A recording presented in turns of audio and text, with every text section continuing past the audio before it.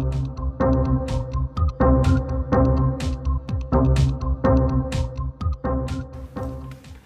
hello, and thank you very much for giving us your time to contribute to the series of interviews, 10 Minutes with ILPN. So could I ask you first to introduce yourself, your name and where you're working, what sort of job you do? Okay, so my name is Pamela Nadash, and I work at the University of Massachusetts, Boston. I'm a professor there, assistant professor right now, and I do long-term care research. I'm in the gerontology department. But there are a bunch of people within gerontology who work on public policy issues, and Eddie Miller, my colleague, is also very interested in long-term care as well, so we form a bit of a team.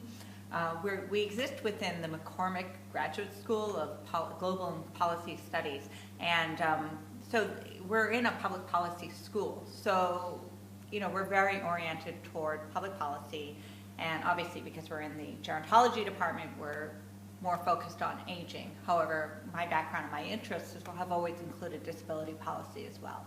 Excellent. That's very good. So, if I were to ask you, as an expert in long-term care and thinking about the U.S. in particular, what would you say are the three top priorities, policy priorities at the moment? Well, number one is always going to be the financing issue, because right now with the failure of the Class Act, we have no foreseeable plan for solving this huge problem of how we're going to fund long-term care for the majority of older people in the U.S. And the existing system, the private long-term care insurance market, is pretty much failing.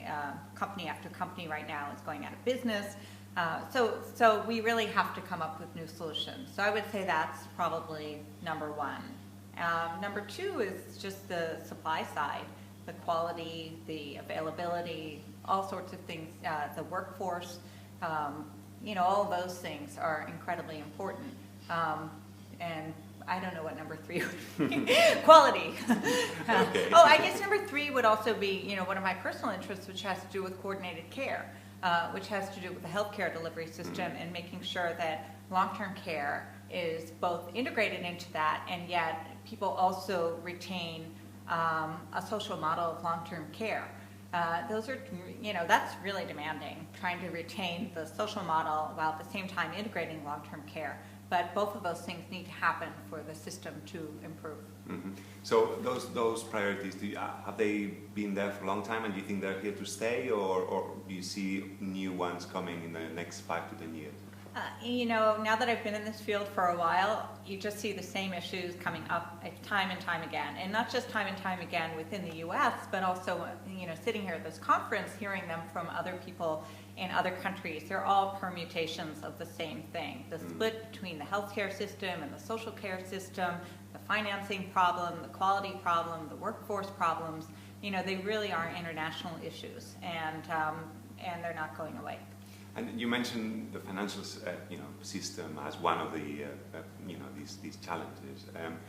Is that linked to the current financial crisis around the world, or is it a bit independent of it? The lack of willingness to solve it, I think, right now is definitely linked to the financial crisis, and also the political issues around solving that, I think, have gotten more acute with particularly what's going on in the United States, the increasing bipartisanship and the resistance of Republicans, Republican governors in particular, given the state-defined long-term care system that we have. The Republican governors are really against any form of expansion of government. So that's linked to the current issues. But the big financing issue, I think, that has nothing to do with the current crisis. It all has to do with lack of awareness about long-term care, lack of willingness to pay, So that's been there, and it's I don't see it being solved in the short term. Thank you. And so that's in terms of policy priorities, but from a research side, which are the things, the hot potatoes, the research hot potatoes that we need to cook, or what are the research questions we need to address, in particular thinking of the U.S. system? Well, I think the cost effectiveness of home and community-based services is something, it's kind of the, golden chalice or whatever. We would love to be able to come up with some real numbers to prove to policymakers and to the public that these services are really cost effective, in addition to being things that people like. And then I also evidence about coordinated care, how we coordinate care right now, in particular, I think is a very hot issue in the United States because there are big coordinated care demonstrations taking place under the healthcare reform law. So that I think is a research priority. Once again, we've never been able to prove that coordinated care saves money, and we also need to be able to show how it saves money. What are the mechanisms that can be used to ensure that it works properly, because it's a very hard thing to do. Mm-hmm. So now I'm going to ask you 5 questions, which are, we call them quick-fire questions, and there we're hoping that you'll be able to rate from 1 being the worst to 10, you know, how the system is operating in the US. So the first one is about, you know, long-term care as a policy priority in the US. How would you rate it? So 1 is top 1 is priority. the worst, and 10 is top. Oh, okay. I think it's probably pretty close to a 1. I think there's virtually 0 public awareness and virtually 0, you know, politician interest in solving the problem. Well, and we have no big advocates. That's one of the big issues, I think, in the political arena. You know, Ted Kennedy was aware of it, and, you know, they're wanting to hearken.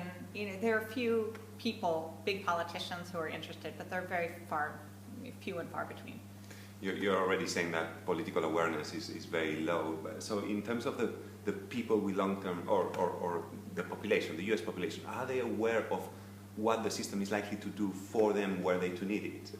Yeah, once again, very poor. Although I have to say, I do see a shift in that. There are, you know, increasingly you see newspaper articles about it. And, you know, I've always complained that newspaper articles tend to focus on the personal cost of caregiving. And, you know, the personal experience of seeing your loved one needing long-term care and your personal problems and coping with that. And they've never really risen to the policy level. And more recently, I'm seeing more and more articles that are addressing that component. Once again, not frequently, but I do think that as more and more people experience their older, you know, their parents and their loved ones declining, I think there's getting to be a greater awareness, and I'm very hopeful that that will expand. And so if you had to put a number? I'd say 2. 2. Very good. And so if now you're rating how well the system is supporting people with long-term care needs in the US, what would the rating be? Oh, God. A 1 or a 2. Okay. And the needs of their carers? Sorry? The needs of their informal carers? Oh, yeah. Once again, 1.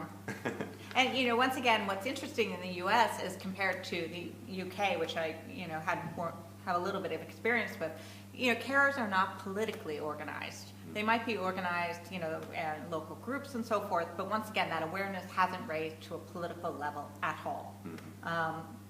So I just don't see that. And it's very curious to me, given that Americans are so good at organizing politically, why this is never, you know, I guess people are just too tired to organize. But, you know, Carol Levine, who is head of the New York United Hospital Fund, I can't remember the exact name of the organization, she's tried, but there really aren't any political advocates for carers.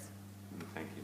And the last one, integration between health and social care services, how would you rate that? You know, once again, a 1 or a 2.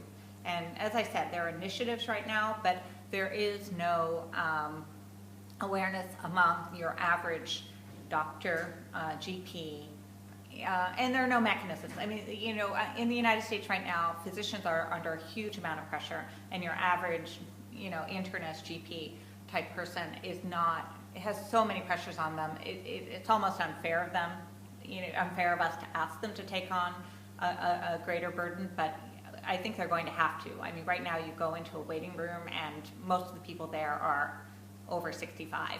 So, you know, de facto, they have to become more aware of this.